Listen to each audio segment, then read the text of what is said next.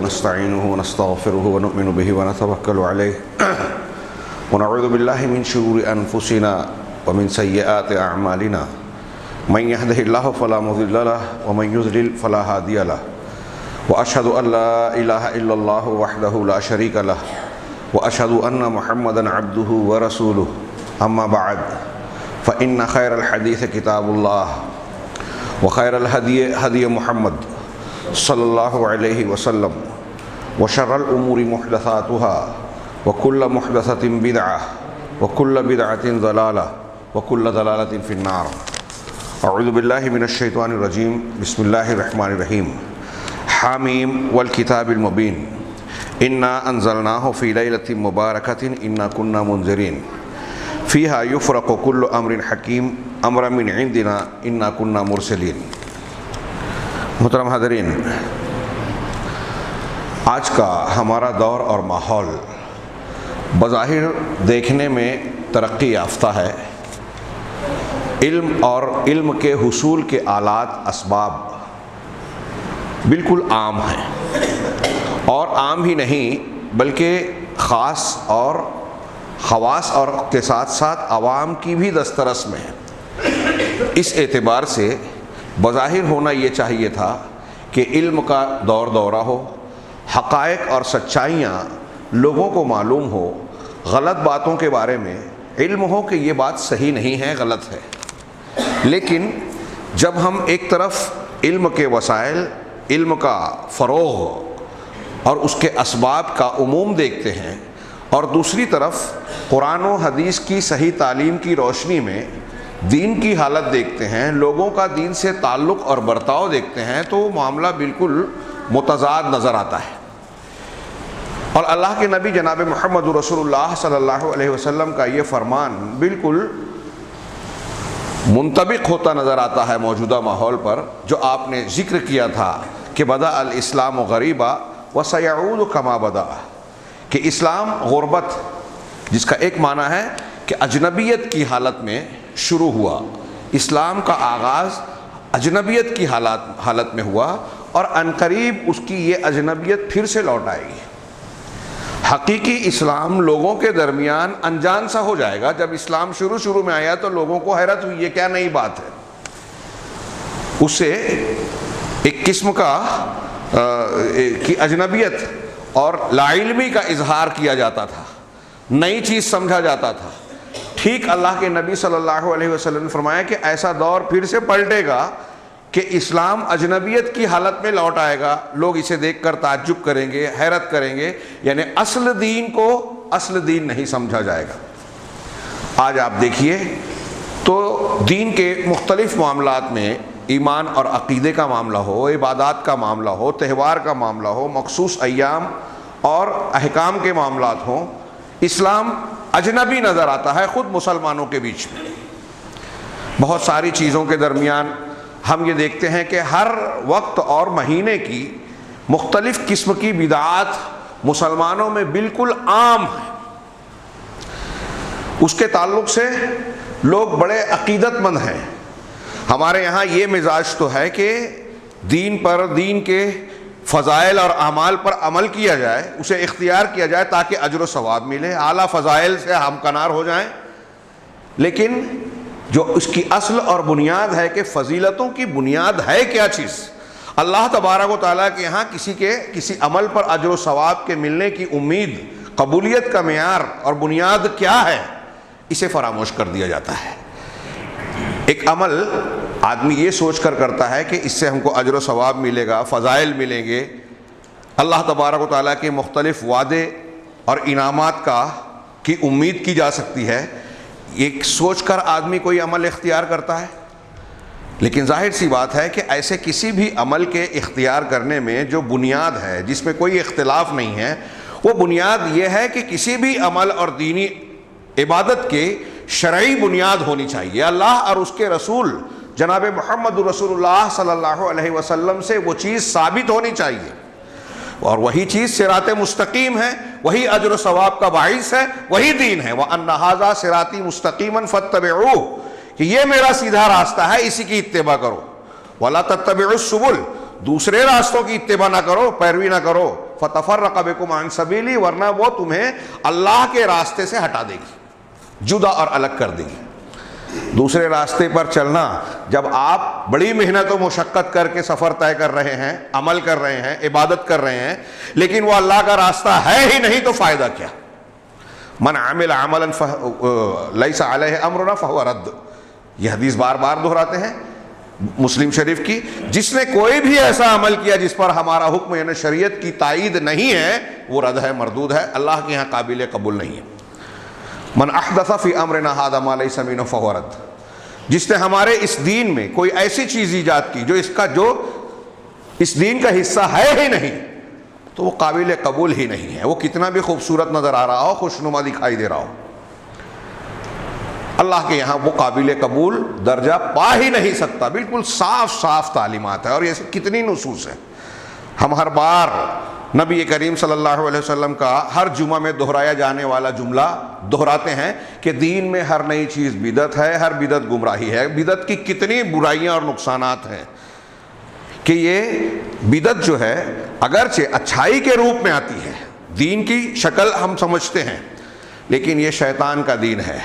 رحمان کے دین کے مقابلے میں جب کوئی آدمی بدعت اختیار کرتا ہے تو جتنی محنت کرتا ہے اتنا بجائے اللہ سے قریب ہونے کے دور ہوتا ہے، اجر و ثواب کا مستحق بننے کے گناہ کا اور عذاب کا مستحق بنتا ہے، کیونکہ وہ اللہ اور اس کے رسول کی مخالفت اور دشمنی کرتا ہے، دین کا چہرہ بگاڑتا ہے، سچائیوں کو مسخ کرتا ہے، حقائق کو پلٹ دیتا ہے، معروف کو منکر اور منکر کو معروف بناتا ہے۔ ان حقیقتوں کو سامنے رکھ کر آئیے ہم سرسری سی نگاہ ڈالیں اختصار کے ساتھ کہ ابھی ہم جس مہینے میں داخل ہو چکے ہیں، شعبان المعظم، قمری سال کا یہ مہینہ بھی اگر ہم اس کا تذکرہ کرتے ہیں تو اس کی جو دینی شرعی حقیقی حیثیت ہے، آپ لوگوں سے پوچھیں گے تو وہ شاید سوچ کر بتائیں یا نہ بتا پائیں۔ شرعی اعتبار سے شعبان کی کیا اہمیت ہے؟ جناب محمد رسول اللہ صلی اللہ علیہ وسلم کی سیرت طیبہ پڑھیں تو ایک بات یہ نظر آتی ہے کہ آپ ام المومنین حضرت عائشہ صدیقہ اور دوسرے صحابہ صحابیات کے بیانات آپ جو صحت سے ثابت ہیں، یہ پائیں گے کہ نبی کریم صلی اللہ علیہ وسلم رمضان کے بعد کسی مہینے میں اگر سب سے زیادہ روزہ رکھتے تھے، تقریباً پورا مہینہ، تو وہ ماہ شعبان ہے۔ یہ آپ کا اہتمام تھا، لیکن آپ نے امت کو یہ تعلیم دی کہ رمضان المبارک کا اہتمام اور اس کی تیاری کرنے کے لیے نصف شعبان کے بعد کوئی شخص روزہ نہ رکھے۔ ہاں، اس سے ان لوگوں کو مستثنیٰ کیا جاتا ہے جو سال بھر کوئی پابندی سے روزہ رکھتے ہیں، جیسے پیر اور جمعرات کے دن کا، ایام 20 کا، جب چاند مکمل ہوتا ہے 13، 14، 15 قمری دن کے، قمری مہینے کے، یہ تین دنوں کا روزہ ایام 20، اس کی فضیلت ثابت ہے۔ اگر کوئی عادتاً سال کے دیگر مہینوں میں، دیگر ایام میں ان روزوں کا عادی ہے تو وہ شعبان کے مہینے میں رمضان کے روزوں کی شروعات سے پہلے تک ان مخصوص دنوں کے روزے رکھ سکتا ہے۔ باقی دوسروں کے لیے نصف شعبان کے بعد اس لیے منع کیا گیا کہ رمضان کی تیاری کریں، اس کے لیے قوت حاصل کریں، رمضان کا اہتمام کیا جائے۔ لیکن اس بات کو، اس پہلو کو اگر ہم دیکھیں تو بہت سارے مسلمان اس سے یا تو ناواقف ہیں یا اس پر توجہ نہیں دیتے۔ اس کے بالمقابل شعبان کا تذکرہ آئے تو خاص طور سے اس میں 15ویں شعبان کا ذکر ہوتا ہے، اور 15ویں شعبان کے تعلق سے جو تصور عام ہے، خاص طور سے ہندوستان پاکستان کا جو ماحول ہے، یہاں جو چیزیں بیان کی جاتی ہیں، اگر آپ صحیح تحقیق کے معیار پر غور کریں تو قرآن اور احادیث صحیحہ سے اس سلسلے میں کوئی بات ثابت نہیں ہے، اور وہی جو چیز ثابت نہیں ہے وہی مشہور ہے۔ کیوں مشہور ہے؟ اس کو مشہور کیا گیا ہے۔ مزید تحقیق کریں تو پتہ چلے گا کہ شیعہ اثنا عشری روافظ کے یہاں ان کے موہوم 12ویں امام کی ولادت کا دن ہے۔ ابھی آج کل میں آپ بمبئی سے نکلنے والے اخبارات میں اشتہار دیکھیے گا، شیعوں کی طرف سے جو شائع ہوگا 12ویں امام کا تذکرہ، ان کی ولادت پر خوشی کا اظہار، ان سے متعلق کچھ جھوٹی روایتیں، اور پھر اس تناظر میں ان کے اپنے عقیدے کی بنیاد پر 15 شعبان کو ان سے یہ درخواست کہ آپ خروج فرمائیں جو غائب ہیں. اصلی قرآن ان کے پاس ہے ان کے عقیدے کے مطابق، جو کوئی دین کی بنیاد پر ثابت نہیں ہے. اسی ولادت کو کی بنیاد پر 15ویں شعبان کو وہ خوشی کا دن مناتے ہیں. اسی بنیاد پر حلوہ میٹھا کھانے کا گویا رواج قائم کیا، جھوٹی باتیں سنیوں میں مشہور کر دی، نیا لباس پہنا جاتا ہے، تہوار کی حیثیت دی جاتی ہے، اور پھر اس سے کئی بدعات، خرافات اور بدعقیدگیاں جوڑ دی گئیں جو ہمارے درمیان رائج ہیں. ایسی بہت ساری روایتیں مشہور کر دی گئیں جس سے جھوٹی قسم کی فضیلتیں 15 شعبان سے متعلق ہمارے ہاں مشہور ہو گئی، عام ہو گئی، اور لوگ اسے صحیح سمجھ کر اس کے پیچھے بھاگتے ہیں. میں یہاں 2-3 اقوال پیش کروں. حضرت ابن وضاح زید ابن اسلم سے روایت کرتے ہیں کہ ما ادرکنا من مشیختنا ولا فقہائنا یلتفتون الی النصف من شعبان ولا یرون لها فضلا علی سواها. یہ امام ابو بکر محمد ابن الودید طرطوشی نے اپنی کتاب کتاب الحوادث والبدع اس میں نقل کی. یہ کہتے ہیں ابن وضاح زید ابن اسلم سے روایت کرتے ہوئے کہ ہم نے اپنے مشائخ کو، یہ تابعی ہیں، ہم نے اپنے مشائخ یعنی اساتذہ کو اور نہ ہی فقہا کو یہ پایا کہ وہ نصف شعبان کی طرف کوئی توجہ دیتے ہوں. 15ویں شعبان، نصف شعبان، 15ویں شعبان کی طرف کسی قسم کی توجہ دیتے ہو. ہم نے اپنے اساتذہ کو، مشائخ کو اور فقہا کو نہیں پایا کہ وہ نصف شعبان کی طرف توجہ دیتے ہوں، اور نہ ہی وہ 15 شعبان کی رات یا دن کو دوسرے دنوں کے مقابلے میں کوئی فضیلت والا سمجھتے ہوں. ایسا بھی نہیں تھا. وہ اس کی کوئی فضیلت دوسرے ایام اور راتوں کے مقابلے میں نہیں جانتے تھے. یہ ایک قول. علامہ ابن رجب حنبلی رحمہ اللہ اپنی کتاب لطائف المعارف میں کہتے ہیں وَأَنْكَرَ ذَلِكَ، یعنی نصف شعبان، 15ویں شعبان کی فضیلت اور اسے کسی عمل، کسی عبادت، کسی خاص چیز کے لیے، شرعی اور دینی عمل کے لیے مخصوص کرنا، اس کا انکار کیا ہے اکثر علماء حجاز نے. علماء حجاز اہل الحدیث کا گڑھ، ہاں، مکہ مدینہ اور اس سے متعلقہ علاقے، اکثر علماء حجاز نے نصف شعبان کی کسی بھی چیز کی تخصیص کو کسی بھی چیز کے ساتھ خاص کرنے کا انکار کیا ہے. منہم عطاء وابن ابی ملیکہ، ان علماء حجاز میں عطا ابن ابی رباح اور ابن ابی ملیکہ، یہ دونوں بڑے مشہور تابعی ہیں، صحابہ کے شاگرد ہیں، متعدد صحابہ کے. کہا یہ ابن ابی ملیکہ، بخاری میں جن کا قول ہے کہ میں نے 30 صحابہ سے ملاقات کی اور وہ ایسا اپنے آپ پر نفاق کا خوف رکھتے تھے. مطلب کتنے صحابہ کے شاگرد ہیں. ان میں سے یہ جو اہل حجاز علماء ہیں، یہ لوگ نصف شعبان کی کوئی فضیلت نہیں جانتے تھے بلکہ اس کا انکار کرتے تھے. اور عبد الرحمن بن زید بن اسلم نے یہ بات فقہائے اہل مدینہ کے فقہا سے بھی نقل کی ہے. ہاں، وہو قول اصحاب مالک وغیرہم، اور یہی امام مالک کے شاگردوں اور ان کے علاوہ دوسرے لوگوں کا قول ہے. وقالوا ذالک کلہ بدعہ، ان کا یہ کہنا ہے کہ یہ سب کچھ بدعت ہے، یہ سب کچھ بدعت ہے. آج کتنے اہتمام سے ہمارے یہاں اس رات کو منایا جاتا ہے، چراغاں کیا جاتا ہے. ہاں، ایک ایک چیز کا اگر تذکرہ کریں تو وقت کم پڑے گا خطبے کا. قبرستان میں کیا کیا جاتا ہے، پھر روحوں سے متعلق کیا عقیدہ اختیار کیا جاتا ہے، حلوے مانڈے بنائے جاتے ہیں نصف شعبان سے کہ دن میں روزہ رکھا جاتا ہے، رات میں نئے لباس اور نہ جانے کیا کیا اہتمامات کیے جاتے ہیں، اور بدعقیدگیاں جوڑ دی گئی. اس سے کہیے یہ سب کے سب بدعت ہے، دین میں کچھ بھی ثابت نہیں ہے. لیکن میں یہ بیان کر رہا ہوں، ابھی آپ ہمارے ہی شہر میں بہت سارے مقام پر یہ چیز بیان کریں تو لوگ حیرت کریں گے. جھوٹے فضائل کی پرچیاں بٹے گی، ابھی جھوٹی روایتیں. یہ اہل علم کہہ رہے ہیں کہ یہ سب کے سب بدعت ہے. اسی طریقے سے انہوں نے یہ بھی کہا قیام لیلۃ النصف من شعبان لم یثبت فیہا شیء عن النبی صلی اللہ علیہ وسلم ولا عن اصحابہ، کہ نصف شعبان کا قیام، 15ویں شعبان کی رات میں نماز پڑھنا، اس کا خاص اہتمام کرنا، خاص اس کی نماز کی فضیلت جو بیان کی جاتی ہے، جو اس رات میں ایسا کر لے، ویسا کر لے، یہ پڑھ لے. بلکہ میں نے سنا ہے، بیان کیا جاتا ہے، پرچیوں میں پڑھا ہے کہ بے نمازی بنانے کا بھی ایک نسخہ اس میں بیان کیا جاتا ہے. ہاں، جس کو قضائے عمری کا نام دیا جاتا ہے کہ اگر آپ سال بھر نماز نہیں پڑھتے تو اس رات میں 4 رکعت ایسی پڑھ لیں، پہلی رکعت میں یہ، دوسری رکعت میں وہ، تیسری میں یہ، چوتھی میں یہ. اس طریقے سے اگر آپ نے 4 رکعت پڑھ لی تو سال بھر جو آپ نے نماز نہیں پڑھی ہے اس کا کفارہ اور ازالہ ہو جائے گا. میں اسے کہتا ہوں کہ بے نمازی بنانے کا نسخہ.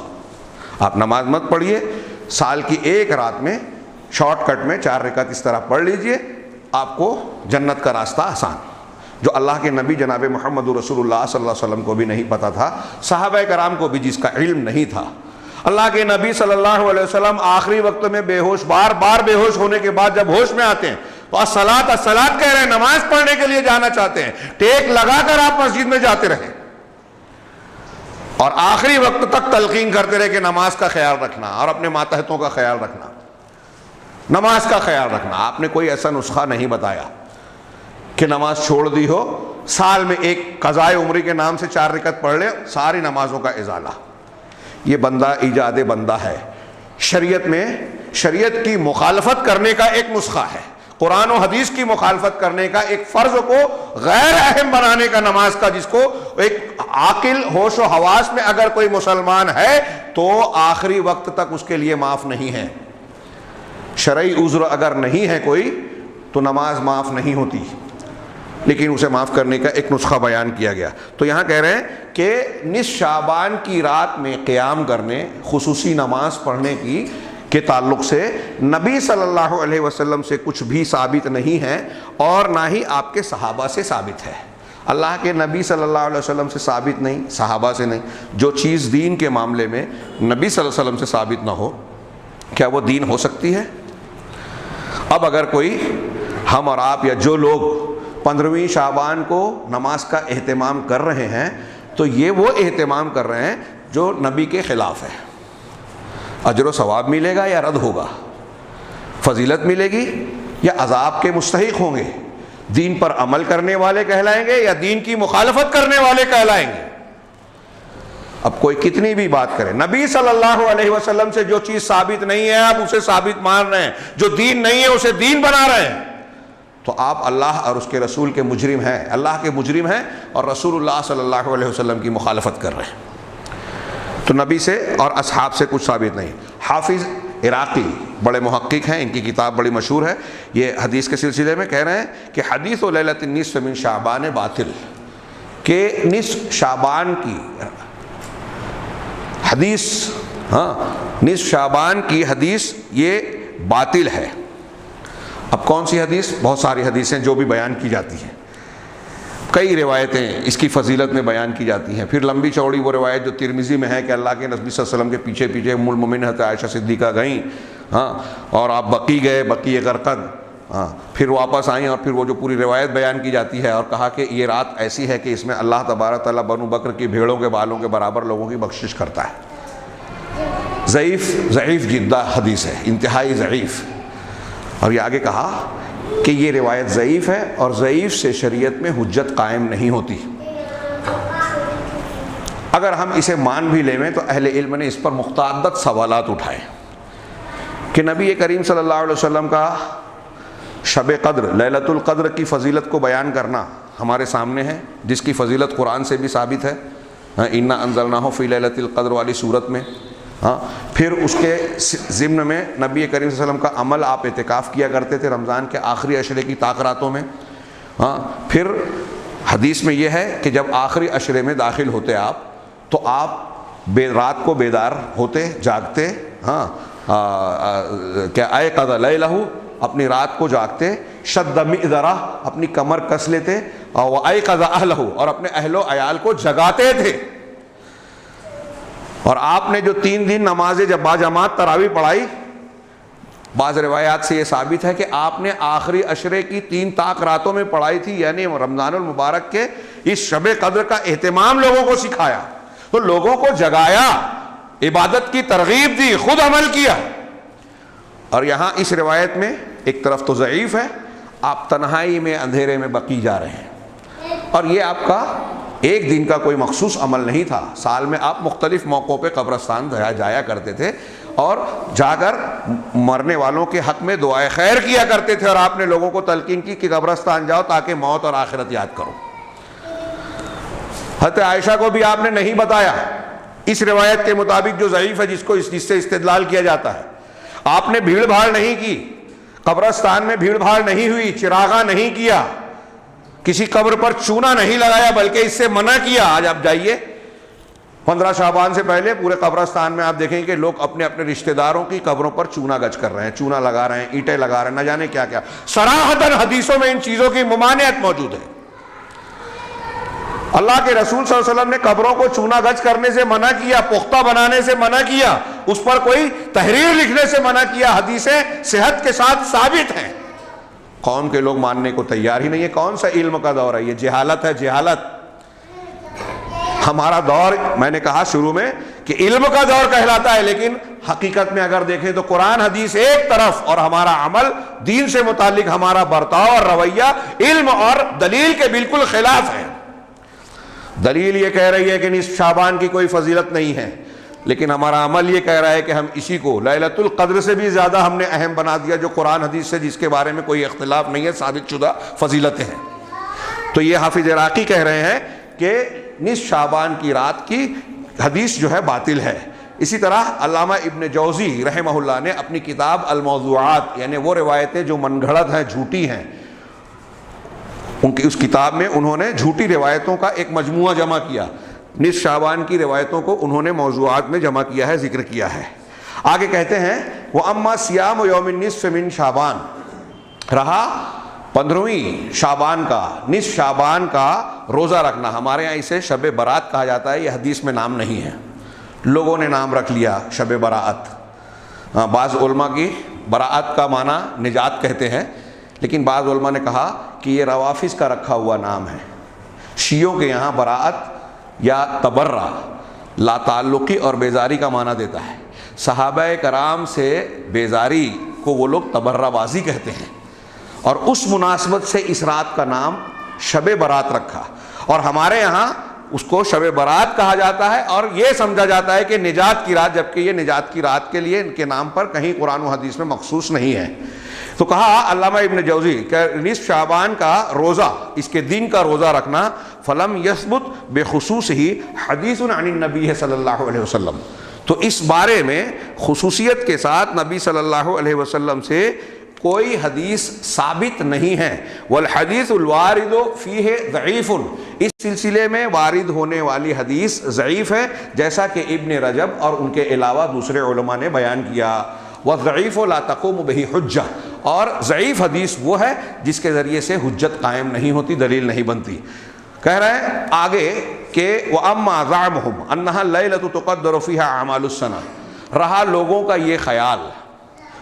کا یہ خیال کہ یہ نصف شعبان، 15ویں شعبان کی رات وہ رات ہے جس میں سال بھر کے اعمال کا اندازہ طے کیا جاتا ہے.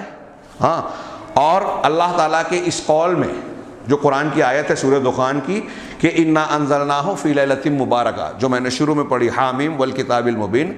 ہاں، حامیم اور اس وضاحت کرنے والی کتاب کی قسم. اِنَّا أَنزَلْنَاهُ فِي لَيْلَةٍ مُبَارَكَةٍ، ہم نے اس قرآن کو برکت والی رات میں، مبارک رات میں نازل کیا. اِنَّا كُنَّا مُنذِرِينَ، ہم ہی ڈرانے والے ہیں.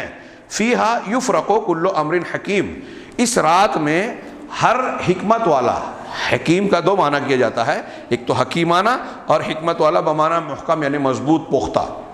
اللہ کا ہر فیصلہ پختہ ہوتا ہے، مضبوط ہوتا ہے. تو ہر پختہ اور حکیمانہ فیصلہ اس رات میں کیا جاتا ہے. امرا من عندنا، انا کنا مرسلین، ہمارے پاس سے یہ فیصلہ اور حکم ہوتا ہے، ہم ہی رسولوں کو بھیجنے والے یا احکامات کو بھیجنے والے ہیں. یہ اللہ تعالیٰ کا یہ جو فرمان ہے، تو کچھ لوگوں نے کہا کہ یہ جو قول ہے، یہ جو فرمان ہے کہ اس رات میں ہر حکیمانہ اور مضبوط فیصلہ ہوتا ہے. اس رات میں یہ مبارک رات ہے جس میں ہم نے قرآن کو نازل کیا، انا انزلناہ فی لیلۃ مبارکہ. اس سے بعض شاذ اقوال، 2-3 علماء کے شاذ قول ہیں کہ یہ رات 15ویں شعبان ہے. اس کی بنیاد پر پوری عمارت کھڑی کر لی کہ اسی رات کو قرآن نازل ہوا، اور اس رات میں سال بھر کا عمل طے ہوتا ہے. ہمارے یہاں مشہور ہے کہ اگر آپ نصف شعبان کو 15ویں شعبان کو عبادت کرتے ہیں، توبہ استغفار کرتے ہیں، تو آپ کے سال بھر کا کھاتا صاف، گناہ معاف کر دیے جائیں گے، اب نیا کھاتا شروع ہوگا۔ یہ بہت ہی غلط بات جو لیلۃ القدر کے بارے میں ثابت شدہ امر ہے، اسے 15ویں شعبان سے جوڑ دیا گیا شاذ قول کے، جبکہ یہ بات قرآن کے اعتبار سے، قرآن کی بالکل صاف واضح دو ٹوک دلیل کی بنیاد پر غلط ہے۔ اور قرآن کے نازل کرنے والی یہ جو مبارک رات جس کا تذکرہ سورہ دخان کی اس آیت میں ہے، یہی وہ رات ہے جس کا تذکرہ سورۃ القدر میں انا انزلناہ فی لیلۃ القدر، لیلۃ القدر خیر من الف شہر میں ہے، اور اس رات کی تعین ہوتی ہے کہ یہ شعبان میں نہیں بلکہ یہ رمضان میں ہے۔ قرآن کی سورہ بقرہ کی آیت شہر رمضان الذی انزل فیہ القرآن ھدی للناس وبینات من الھدی والفرقان، کہ رمضان وہ مہینہ ہے جس پر قرآن کو نازل کیا گیا۔ کتنی صاف بات ہے، کوئی شک شبے کی گنجائش ہے؟ رب العالمین کا بالکل واضح فرمان ہے کہ رمضان کے مہینے میں قرآن نازل ہوا، لوح محفوظ سے بیت العزہ میں، اور دنیا کے اندر شروعات رمضان میں ہوئی اس کے نزول کی، غار حرا میں، اور پھر 23 سالہ مدت میں اترتا رہا۔ شروعات کب ہوئی؟ لیلہ مبارکہ، مبارک رات۔ یہ مبارک رات کون سی رات ہے؟ وہی جس کو قرآن نے لیلۃ القدر کہا، قدر والی رات، جس میں تقدیر متعین ہوتی ہے صحابہ کے قول کے مطابق، جس میں سال بھر کے اعمال کا اندازہ مقرر ہوتا ہے۔ اللہ تبارک و تعالیٰ فرشتوں کو سال بھر کے معاملات متعین دے دیتا ہے کہ اس سال کیا کیا ہونا ہے۔ لیلۃ القدر خیر، اس میں اس ایک رات کی عبادت 1000 مہینوں سے بہتر ہے۔ لیکن یہ رات کب ہے؟ رمضان المبارک میں۔ شیطان نے اللہ تبارک و تعالیٰ کے اس دین کو اگلے مہینے میں جو فضیلت والی رات آنے والی ہے اس سے لوگوں کو ہٹا کر جو ثابت شدہ ہے 15 شعبان کو جوڑ دیا، کہ اب آخری رمضان کے آخری عشرے کی طاق راتوں میں جب اللہ کے نبی صلی اللہ علیہ وسلم، صحابہ کرام محنت کیا کرتے تھے، جس کی فضیلت بالکل ثابت ہے، اس کو ہم ماننے کے لیے تیار نہیں ہے، سناٹا ہوتا ہے۔ لوگ تیاری بھی کرتے ہیں تو عید کی تیاری کرتے ہیں، کپڑے کی، مٹھائی کی اور فلانی چیزوں کی جو دنیا داری سے متعلق ہے، اسے آخرت اور جنت اور اجر و ثواب کمانے کی بجائے دنیا کمانے کا موسم بنا دیا ہم لوگوں نے۔ بلکہ شیطان نے بہکایا کہ وہ دنیا داری کا مہینہ ہو گیا جب دین اور آخرت اور جنت کمانے کا دن تھا، اپنی مغفرت حاصل کرنے کا دن تھا۔ اللہ کے رسول اللہ میں اعتکاف کر کے اللہ کی عبادت میں مشغول ہو جاتے تھے، دنیا سے کٹ جاتے تھے آخری عشرے میں رمضان کی، اور ہم اس میں دنیا داری میں لگ جاتے ہیں۔ اور اس سے ایک مہینہ پہلے 15 شعبان کو، ایک مہینے سے بھی زیادہ، ایک رات کو ہم نے اپنے طور سے ایجاد کر لیا، بنا لیا، جھوٹی فضیلتیں مشہور کر دی اور بدعات و خرافات کر کے ہم اپنے آپ کو تسلی دیتے ہیں کہ ہم نے اپنے پوری گناہ کو معاف کر دیا اور سال بھر کا معاملہ ٹھیک ٹھاک کر لیا۔ کتنی کھلی ہوئی حماقت، جہالت ہے کہ بدعت کو دین بنا دیا گیا۔ قرآن اور حدیث سے ثابت شدہ چیز کو رد کرنے کے لیے روافظ اور جھوٹی حدیثوں کی بنیاد پر ہم نے کچھ چیزوں، کچھ فضیلتوں کو اختیار کر رکھا ہے۔ یہ 15 شعبان سے کے تعلق سے جو بات کہی جاتی ہے کہ اس رات میں قرآن نازل ہوا یا یہ لیلہ مبارکہ ہے، یہ قرآن کی روشنی میں بالکل صراحت سے باطل ثابت ہوتی ہے بات، کہ یہ مبارک رات رمضان میں ہے، 15 شعبان نہیں ہے۔ اس رات میں سال بھر کے معاملات اللہ کی طرف سے طے نہیں ہوتے، بلکہ لیلۃ القدر میں ہوتی ہے، جو اللہ کے نبی صلی اللہ علیہ وسلم بخاری، مسلم اور دوسری حدیثوں کے مطابق رمضان کے آخری عشرے کی طاق راتوں میں ہے۔ بالکل واضح۔ اب یہاں میں سرسری طور سے تذکرہ 2-3 باتوں کا اور کروں جو لوگوں میں مشہور ہے 15 شعبان سے متعلق۔ وہ ایک یہ جو بہت ہی غلط عقیدے پر مشتمل ہے کہ بعض لوگوں میں یہ تصور ہے کہ اس مہینے میں، اس رات میں جو مسلمان لوگ مر چکے ہیں ان کی روحیں پلٹ کر آتی ہیں، اور شاید یہی وجہ ہے کہ قبرستان میں چراغاں کیا جاتا ہے، لائٹنگ کی جاتی ہے، اس سے پہلے چونا وغیرہ لگایا جاتا ہے، قبروں کو نیا بنا دیا جاتا ہے، پھر لوگ بھیڑ بھاڑ کر کے، اجتماع کر کے قبرستان میں اکٹھا ہوتے ہیں۔ یہ کہاں سے ثابت ہے؟ نبی کریم صلی اللہ علیہ وسلم اکیلے جا رہے ہیں۔ ہاں، آپ کی جھوٹی یا ضعیف روایت کی بنیاد پر بھی اگر دیکھا جائے تو آپ تنہا جا رہے ہیں اور یہاں بھیڑ بھاڑ اور اکٹھا ہو رہے ہیں۔ ابھی لاک ڈاؤن یا کورونا کے تناظر میں انتظامیہ کو ایک اہتمام اعلان کرنا پڑ رہا ہے کہ آپ اتنی تعداد میں صرف جا سکتے ہیں قبرستان میں، مسجدوں میں۔ صحابہ کے زمانے میں اس رات میں بطور خاص یا کبھی بھی اس طرح بھیڑ کر کے قبرستان جانے کا کوئی ثبوت آپ کو نہیں ملے گا. اس طرح چونا گج کرنا، اس کا ثبوت تو کیا، اس کی ممانعت ملے گی. قبروں پر چونا لگانا ممنوع ہے، شرعاً ناجائز ہے. اس ناجائز کام کو دین سمجھ کے لوگ اہتمام کے ساتھ کرتے ہیں، اور اگر آپ اور ہم بیان کریں تو ان کا مسلک یہ ہے، ان کا مسلک وہ ہے. اللہ کے نبی صلی اللہ علیہ وسلم کو کیا آپ نہیں مانتے؟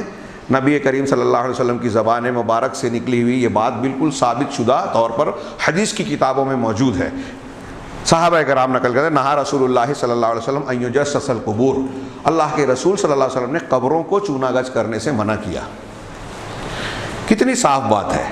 آپ اللہ کے نبی صلی اللہ علیہ وسلم کی بات، یا آپ کا مسلک اللہ کے نبی کے مسلک سے الگ ہے، آپ کا دین نبی کے دین سے الگ ہے، کیا کہنا چاہتے ہیں؟ چھوڑیے ہوما شوما کو، فلاں اور فلاں کو، نبی کریم صلی اللہ علیہ وسلم کی بات مانتے ہیں یا نہیں مانتے ہیں؟ آپ کا کلمہ پڑھا ہے یا نہیں پڑھا ہے؟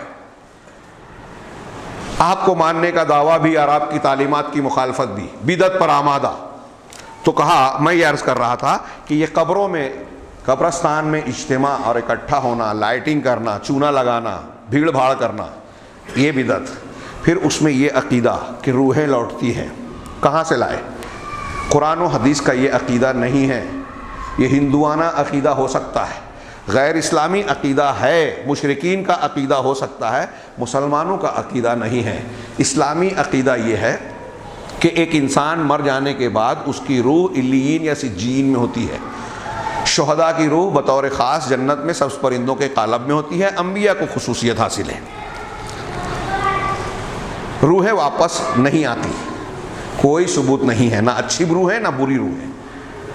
اس کی بہت سی دلیلوں میں سے میں مختلف موقعوں پر ایک دلیل بیان کرتا رہا ہوں. ثابت شدہ حدیث میں ہے کہ جب احد کے شہداء دنیا سے چلے گئے، شہید ہو گئے، تو ان کے بارے میں جناب محمد رسول اللہ صلی اللہ علیہ وسلم کا ارشاد ہے کہ اللہ تعالیٰ نے ان سے بار بار پوچھا کہ تمہیں اور کچھ چاہیے؟ ان کی روحیں جنت میں سبز پرندوں کے قالب میں چہچہا رہی تھی. تو اللہ نے پوچھا کہ تمہیں اور کچھ چاہیے؟ تو انہوں نے کہا کہ ہم نے جو چاہا تھا اس سے کہیں زیادہ پایا، اب کوئی تمنا نہیں. یہ جنت ہے جہاں تمنا ختم ہو جائے گی. دنیا میں کچھ بھی مل جائے تمنا ختم نہیں ہوتی. تو اللہ تعالیٰ پھر بھی ان سے سوال کرے گا کچھ چاہیے تو بولو. تب شہدائے احد کی روحوں نے یہ کہا کہ اللہ اگر تو ہم سے چاہتا ہی ہے کہ ہم کچھ اور ہماری خواہش ہو، تو ہماری خواہش یہ ہے کہ تو پھر سے ہم کو دنیا میں واپس لوٹا دے، پھر سے ہم تیرے راستے میں اپنے آپ کو قربان کریں، شہید ہو جائیں اور یہ اعلیٰ مقام پائیں. تو اللہ تعالیٰ نے ان کو جواب دیا کہ نہیں، یہ میرے پاس طے ہو چکا ہے کہ دنیا سے جو ایک مرتبہ آ جائے گا وہ واپس نہیں جا سکتا. غور کیجئے. ہاں، پھر شہدائے احد نے اپنی طرف سے کہا کہ ہمارے بھائیوں کو پیغام بھیج دے کہ ہم بڑے مزے سے ہیں. تو سورہ آل عمران کی آیت نازل کی اللہ تعالیٰ نے، لا تقولوا لمن يقتل في سبيل الله امواتا بل احیاء عند ربهم يرزقون، کہ جو لوگ اللہ کے راستے میں قتل کیے گئے انہیں مردہ نہ سمجھو بلکہ وہ زندہ ہیں. ہاں، لیکن یہ کیسے زندہ ہیں؟ وَلَٰكِن لَا تَشْعُرُونَ سورہ بقرہ میں کہا تم نہیں سمجھ سکتے ایسی زندگی ہے. اور یہاں کہا عند ربهم يرزقون، اپنے پروردگار کے پاس روزی دیے جا رہے ہیں، کھلائے پلائے جا رہے ہیں. تو یہ شہداء کی روحیں جن سے خود اللہ نے سوال کیا کہ تمہیں کیا چاہیے بولو دیا جائے گا، اور انہوں نے کہا کہ ہم کو پھر سے دنیا میں بھیج، تو اللہ کہے گا کہ اللہ نے جواب دیا کہ جو یہاں آ گیا دنیا سے ایک مرتبہ واپس نہیں جا سکتا. یہ میرا طے شدہ قانون اور فیصلہ ہے. تو جن سے پوچھے گا ان کو نہیں بھیجے گا. اور دوسروں کی روحیں بھٹکتی ہیں، 15 شعبان کو واپس لوٹتی ہیں، یا مرنے کے بعد کوئی روح بھٹکتی ہے. یہ روحوں کا بھٹکنا، واپس لوٹنا اسلامی عقیدہ نہیں ہے. یہ بالکل غلط بات ہے. یہ ہندوانہ عقیدہ ہے، یاد رکھیے. ہندو عقیدہ ہے روحوں کا بھٹکنا یا واپس آنا. قرآن حدیث سے اس کا کوئی ثبوت نہیں ہے. اسی طریقے سے حلوہ کھانا، اس کے تعلق سے الٹی سیدھی بات، انتہائی بے وقوفانہ بات کہ غزوہ احد میں اللہ کے نبی صلی اللہ علیہ وسلم کے دندان مبارک شہید ہوئے تھے، آپ نے نرم حلوہ کھایا تھا. اسی سنت کی اتباع میں 15 شعبان کو غزوہ احد شوال میں ہوا، اور آپ حلوہ کھا رہے ہیں شعبان میں. یہ 15 شعبان میں اگر آپ حلوہ کھا رہے ہیں تو آپ روافظ کے رائج کیے ہوئے دین کو مان رہے ہیں. ان کے 12ویں موہوم جھوٹے جو من گھڑت بنیاد پر عمارت کھڑی کی گئی کہ 12ویں امام غائب ہے جن کے پاس اصلی قرآن ہے، ان کی پیدائش کا دن ہے، اس کی خوشی میں وہ لوگ حلوہ بناتے ہیں، اور الٹی سیدھی بات اہل سنت میں بیان کر دی، مشہور کر دی، اس کی بنیاد پہ ہمارے گھروں میں بھی کھایا تھا۔ بالکل نہ پکائیے، اپنے بچوں کو مت کھلائیے، کہیں سے آئے تب بھی مت کھلائیے، تاکہ بچوں کو یہ تعلیم رہے کہ یہ ہمارا دین کا حصہ نہیں ہے۔ آج آپ حلوہ بنائیں گے کہ اس میں کیا حرج ہے، ہم فاتحہ نیاز تھوڑی کروا رہے ہیں، تو کل آپ کا بچہ سمجھے گا کہ ہمارے ماں باپ ایسا کرتے تھے، اس کا مطلب یہ دین کا حصہ ہے۔ یہ تعلیم اور تربیت دینے کے لیے اس دن خاص طور سے حلوہ نہ بنائیں، نہ کھلائیں، نہ کھائیں اور نہ کھانے دیں۔ نیا کپڑا اس دن کا کوئی ثبوت نہیں ہے، کوئی تہوار کا دن نہیں ہے۔ نصف شعبان کا الغرض قصہ یہ کہ اس دن اور اس رات کی کوئی مخصوص فضیلت نہیں ہے۔ اگر کوئی شخص ایام 20 کا روزہ رکھتے ہوئے 13، 14، 15 کے دن میں یہ آ رہا ہے اور روزہ رکھتا ہے تو کوئی حرج نہیں۔ جمعرات اور پیر والے روزے کا دن آ رہا ہے تو کوئی حرج نہیں ہے، لیکن بطور خاص 15ویں شعبان کی تاریخ کو سمجھ کر کوئی فضیلت سمجھنا، کوئی خاص عبادت کرنا، کوئی ذکر کرنا، کوئی قیام کرنا، کوئی خاص دعا کرنا، کوئی خاص اہتمام کرنا، یہ کسی بھی روایت سے ثابت نہیں ہے، سب کے سب بدعت ہے۔ اللہ تعالیٰ سے دعا ہے کہ وہ ہمیں صحیح دین کو سمجھنے کی توفیق عطا فرمائے، سنت پر کاربند رہنے والا بنائے، اور ہر قسم کی بدعت اور خرافات سے محفوظ رہنے والا بنائے۔ بارک اللہ لنا ولکم فی القرآن المجید ونفعنا وإیاکم بالآیات والذکر الحکیم، انہ تعالی جواد کریم ملک بر غفور۔